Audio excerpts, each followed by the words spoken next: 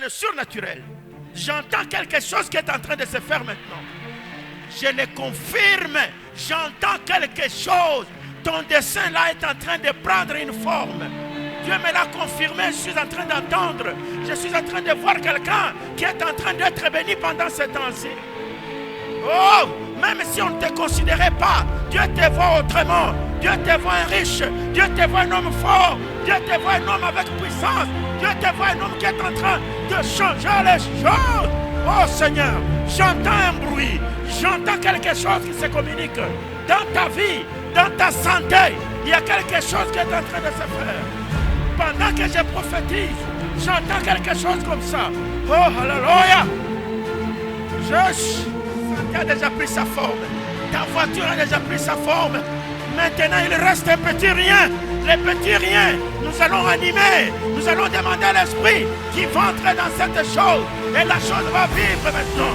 Oh Seigneur, ça va se faire. Et c'est maintenant. Ça va se faire. Et c'est aujourd'hui. Ça va se faire. Et c'est maintenant. Dieu va faire quelque chose. La vie de quelqu'un va changer. Oh, gloire à Dieu.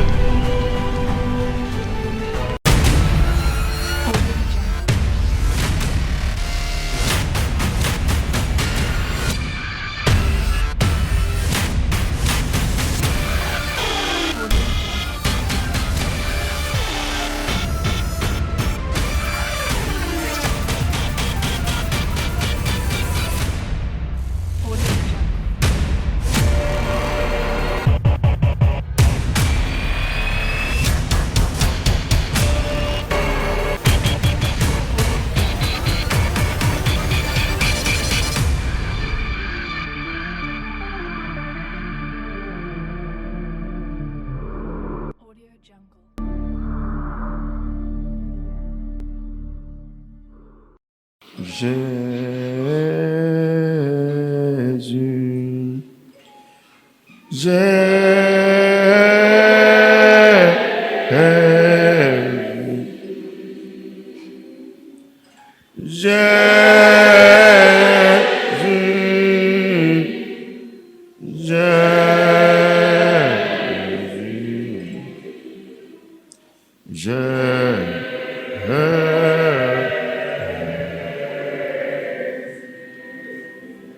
nous te louons, nous te louons.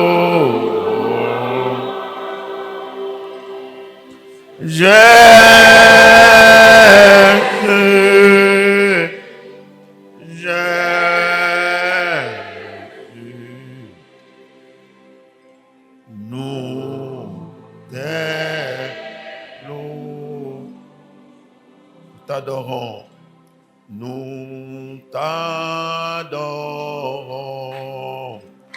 nous t'adorons. Oh Jésus, Seigneur Jésus, t'adorons Seigneur. Nous, alléluia. Nous t'adorons, nous t'adorons. Alléluia. Nous t'acclamons. Nous t'acclamons. Jésus.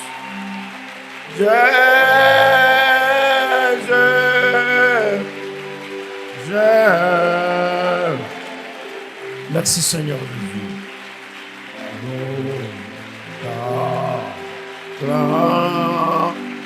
On acclame le roi des rois, le Seigneur des seigneurs, le Tout-Puissant, le Dieu éternel. Merci Seigneur. Alléluia. Asseyez-vous. Nous allons prendre nos Bibles. Nous prenons Apocalypse chapitre 5. Nous commençons par le premier verset. Ça sera une lecture textuelle et on va évoluer. Apocalypse chapitre 5, à partir du premier verset, nous lisons la parole de Dieu. Ouais. Puis je vis dans la main droite de celui qui était assis sur le trône un livre écrit en dedans dehors, scellé de 7 sceaux. Et j'ai vu un ange puissant qui criait d'une voix forte, « Qui est-il d'ouvrir le livre et d'en rompre le sceau ?» Et personne dans le ciel, ni sur la terre, ni sous la terre, n'ait pu ouvrir le livre, ni le regarder. Amen, jusqu'à là. Je vis dans la main droite de celui qui était assis sur le trône. Il y avait un livre écrit en dedans et en dehors, mais scellé de 7 sceaux. C'est une vision de Jean. Il a vu ça. Il dit, j'ai vu encore un ange puissant qui criait d'une voix forte, qui disait quoi? Qui est digne d'ouvrir ces livres et d'en rompre les sceaux? Et personne dans le ciel, ni sur la terre, ni sous la terre, ne put ouvrir les livres, ni les regarder. C'est un constat. Je vous ai dit que nous allons faire, selon notre système d'enseignement et d'interprétation, la lecture est textuelle. Nous y allons et nous faisons l'interprétation surnaturelle littérale. Nous disons ceci. En regardant ce qui se passe, lui, c'est dans une vision qu'il voit. C'est lui qui est assis sur le trône. Ça doit être naturellement Dieu. C'est Dieu assis. Mais il y a un livre qui garde les secrets, le livre de révélation, des secrets, tout ça. Ce livre-là était scellé de 7 sceaux, nous allons voir. L'ange dit, mais qui est digne d'ouvrir ce livre? Qui peut l'ouvrir? Pour que nous puissions prendre connaissance de ce qui est dedans. Parce que quand ça a été écrit, mais qui pouvait nous lire ça? C'était quoi? Il fallait quelqu'un pour ouvrir les sceaux et en plus de ça, nous lire les écritures qui sont dedans. Je pense que tout le monde attendait cela. C'est pas pour rien que Jean dit au verset qui suit, continue. Verset 4. Oh. Et je pleurais beaucoup de ce que personne ne fut prophétique. Absolument. Il a commencé à pleurer parce qu'il n'avait personne qui était trouvé digne d'ouvrir et de nous livrer les secrets qui étaient dans ces livres. Continue. Digne d'ouvrir le livre ni de le regarder. Ouais. Et l'un de vieillard me dit, ne pleure point. Voici, le lion de la tribu de Juda, le rejeton de David, a vaincu pour ouvrir le livre et ses 7 sceaux. Écoute alors. Maintenant, il se trouve une consolation. Il y a un vieillard qui lui dit, non, arrête de pleurer. Il y a quelqu'un, le lion de la tribu de Juda. Celui-là peut ouvrir le livre. Pourquoi? Parce que il ne pleure, et je pleurais beaucoup de ce que voici, le lion de la tribu de Juda, le rejeton de David, a vaincu pour ouvrir le livre et ses 7 sceaux. Donc, il a fait quelque chose. Quand on dit qu'il a vaincu, c'est qu'il a combattu. Nous sommes d'accord, n'est-ce pas? Et c'est pour cette raison qu'on l'appelle le lion de la tribu. Je vous avais dit que l'appellation de lion nous donne une explication des forces, des puissances, des démonstrations. Alors, il a vaincu, il a combattu. C'est pour cette raison il a été trouvé digne d'ouvrir ces livres-là. Nous sommes d'accord, n'est-ce pas? Le lion a vaincu, le lion a combattu. Avec sa force, avec sa vigueur, avec tout ce qu'il a en lui, il a combattu, il a vaincu. Et il a eu la rétribution, le pouvoir d'ouvrir ces livres. N'est-ce pas? Continue. Et je vis au milieu du trône et de 4 êtres vivants et au milieu des vieillards, un agneau qui était là comme immolé. Voilà là où ça crée des problèmes. Continue alors. Il avait 7 cornes et 7 yeux, qui sont le 7 esprits de Dieu envoyés par toute la terre. Voilà. On nous dit, voilà, pendant qu'il regardait autour, il voit autour du trône là-bas, il y a un agneau comme immolé, qui avait 7 cornes. Or, le livre, lui, était écrit en dedans et dehors, et il était scellé de 7 sceaux. Mais l'agneau avait aussi 7 yeux qu'il avait, et 7 cornes. Mais comme immolé, comme mort, décapité. Mais il voit maintenant, continue avec l'écriture. Il vint, et il prit le livre de la main droite de celui qui était assis sur le trône. Dans cet état de faiblesse comme immolé, mais avec 7 cornes, lorsque vous lisez Daniel, vous allez trouver que les cornes, c'est aussi l'explication de la puissance du royaume. Donc, il avait un pouvoir total de 7, malgré son apparence d'un agneau immolé, faible, qui ne peut rien faire. Mais cet agneau-là avait 7 cornes. Et il avait aussi 7 dieux qui sont quoi? Il vint et il prit le livre de... Non, rentre là où il avait 7 cornes et 7 dieux. Quand il y prit le livre, les 4 êtres vivants et le 24 vieillards... Non, je t'ai dit de remonter. Et je vis au milieu du trône et de 4 êtres vivants et au milieu de vieillards, un agneau qui était là comme immolé. Il avait 7 cornes et 7 yeux, qui sont les 7 esprits de Dieu envoyés par toute la terre. Alors là, on nous dit qui sont les 7 esprits de Dieu envoyés sur toute la terre. Là, nous voyons la plénitude du ministère de Jésus-Christ. Ce n'est pas seulement pour les Juifs, mais c'est un ministère qui est partout dans le monde. Dieu lui a donné le monde entier, les 4 coins du monde. Ça appartient à l'agneau. N'est-ce pas? Hein? Alors, il a 7 esprits qui sont capables de contrôler l'esprit de Dieu. N'oubliez pas que nous sommes en train de dire ici que notre enseignement ce dernier temps concerne l'esprit, le corps et l'âme. Et je vous ai dit tout au départ que pour réussir dans la vie, vous devez à tout prix faire la différence entre l'esprit et le corps. Je ne suis pas sceptique ou quelqu'un qui a une pensée négative. Non. Et puis, je ne suis pas ascétique non plus, parce qu'il y a des ascétiques qui sont les gens qui voient tout en mal, qui veulent mortifier le corps, souffrir. C'est pas ça. Je suis un évangélique. Je parle en équilibrant les Saintes Écritures. C'est ainsi que nous avons dit. Selon les interprétations des Saintes Écritures, il y a des gens qui sont, soit ils sont allés d'un côté, se sont penchés, les autres se sont penchés. Les extrémistes, il y a ceux qui pensent que lorsqu'on parle de l'esprit, c'est-à-dire, eux voient tout en esprit. Même la nourriture, vous mangez, c'est en esprit. Même vous regardez en esprit, vous marchez en esprit, vous rêvez en esprit. Donc tout est esprit. C'est pas ça ce que nous disons. Et puis il y en a d'autres qui disent que non, tout est matériel. L'esprit n'existe même pas. L'homme, il est tel qu'il est là. Non, il faut faire la part des choses. Quelqu'un est en train de me suivre? Il y a des choses qui concernent réellement l'interprétation prophétique. Si vous n'utilisez pas l'interprétation prophétique, vous ne comprendrez rien du tout. Il faut entrer dedans, il faut comprendre que c'est écrit dans quel jargon, dans quel système. Il y a d'autres choses qu'on appelle des écritures qui sont historiques. Par exemple, on nous dit, Jésus a marché sur les eaux. Jésus a multiplié les pains. C'est historiquement vrai. Il y avait réellement les pains qu'on avait multipliés. N'est-ce pas? Hein? Les vrais pains ici, on les a multipliés et les gens ont mangé. C'est-à-dire, c'est historiquement vrai. C'est la vérité. C'est historique. Mais, lorsqu'on vous dit, par exemple, que nous avons vu l'agneau comme immolé, là, ça n'a rien à voir avec le matériel.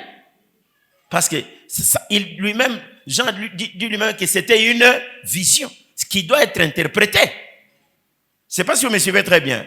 Alors, si nous prenons le pain qui a été multiplié, ou les pains qui ont été multipliés, nous pouvons en déduire une leçon. Que nous pouvons dire, voilà, les pains ont été multipliés. Qu'est-ce que cela peut nous donner comme leçon dans cette multiplication de pains? Quelqu'un peut dire oui.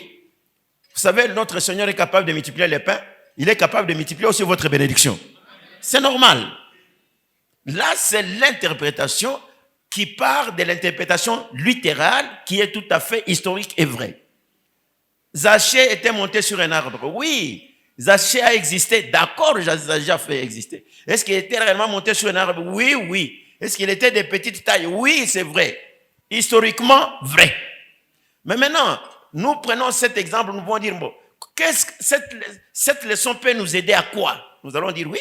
Mais voilà Zachée qui était riche, il n'a pas considéré son état, il s'est humilié, il est monté sur un arbre pour voir Jésus. Donc il n'a pas considéré ses honneurs,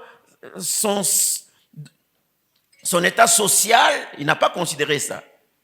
Et Jésus lui dit, descends aujourd'hui, je vais manger avec toi. Et ceux qui veulent parler dans le sens purement spirituel, qui font aussi une erreur, ils oublient les côtés naturels, les côtés historiques. Ils commencent à vous dire, non, vous connaissez Zachée, c'est quoi? Zachée, c'est qui? Monter sur un arbre, ça veut dire quoi? Non, là vous êtes en train d'inventer des choses. Sinon, dites-nous, oui, comme Zachée était monté sur un arbre, nous avons vu qu'il s'est humilié pour voir le Seigneur Jésus. Toi aussi, malgré ta position sociale, tu peux t'humilier. Dans l'église, tu es humble, tu restes humble parce que c'est le Seigneur qui domine l'église. Ça a de sens. Alors maintenant, nous parlons ici d'une affaire purement spirituelle. On nous dit qu'il a vu un livre dans le main de celui qui était assis sur le trône. C'est dans une vision. Ce n'était pas matériel, ce n'est pas physique comme ça. Et il a commencé à pleurer. Il dit, mais parce qu'on lui dit que dans ces livres-là, il y a des secrets. C'est ainsi qu'on a scellé. Scellé veut dire on a fermé. Est-ce qu'on s'entend très bien? On a mis les sceaux. Pour ouvrir, il faut casser les sceaux là-bas. Il faut briser. Pourquoi on a fermé? Il y avait des réalités, il y avait des vérités qui sont cachées dedans. Alors maintenant, à ce moment, l'ange qui crie, il dit, mais est-ce qu'il n'y a personne qui soit capable d'ouvrir ces livres? Jean dit, je n'ai vu personne, ni au ciel, ni sur la terre, ni en dessous de la terre. Il n'y avait personne. Donc personne, même pour regarder les livres. Avoir le courage de le regarder, il n'y en avait pas. Ni encore moins les toucher. Alors il a commencé à pleurer. Il a dit, pourquoi donc je n'aurai pas l'information de ce qui est dedans. Je ne saurais pas. Dans cette crise, dans ce pleur-là, pendant qu'il était en train de pleurer, il dit qu'un veillard est venu le consoler. Il a dit, non, arrête. Il y a quelqu'un. C'est le lion de la tribu de Juda. Celui-là a vaincu. Je veux insister sur vaincre. Heureusement, c'est aujourd'hui, je vous ai dit que j'ai besoin des jeunes de 14, tout ça. Vous savez, lorsque Dieu appelle quelqu'un, ne soyez pas les messieurs et les mesdames, des dames ordinaires. Si vous êtes ordinaire, vous ne vivrez pas avec Jésus. Le Seigneur Jésus, on dit, il y a ce qu'on appelle mettre des gens de côté, c'est-à-dire consacrer. Même dans l'Ancien Testament, la plupart des gens que Dieu avait utilisés étaient consacrés à cette cause-là. Dieu utilise même, il y avait ceux qui étaient consacrés même avant leur naissance. Comme les Samson, les autres. Dans le Nouveau Testament, nous avons comme Jean-Baptiste.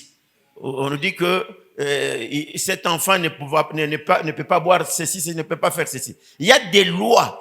Parce qu'un homme ordinaire, lorsque vous combinez les choses, vous dites non, Jésus a tout fait. Il a tout fait. Mais Jésus lui-même là, il a fait aussi la consécration. C'est ainsi que le lion a vaincu. Il a vaincu comment? Il a laissé le trône au ciel. Il est descendu. C'est un sacrifice, non? Parce qu'il était adoré par les anges. Il est Dieu. La Bible dit que Seigneur, rappelle-toi de la gloire avec laquelle nous avons été avec toi avant le commencement de ce monde. Avant même la création. Et les anges l'adoraient. Mais il a laissé ce siège, ce poste-là, il est descendu comme un homme ordinaire. Il a souffert, il a vaincu. C'est ainsi qu'il a maintenant le pouvoir d'ouvrir les livres. Donc, ce sacrifice-là est obligatoire pour tout celui qui veut servir Dieu dans la légalité. Ça, je vous dis, je ne peux pas vous épargner. Je ne peux pas vous dire, non, écoutez, vous irez au ciel. Non, sinon je vous trompe. Vous devez payer les prix. Payez les prix à partir de votre conscience. Lorsqu'on dit en Christ, nous devenons de nouvelles créatures, c'est vrai. Mais pas seulement de nouvelles créatures pour vivre le bonheur. Et même notre vie doit être une vie différente des autres. Nous sommes dans ce monde, nous ne sommes pas de ce monde.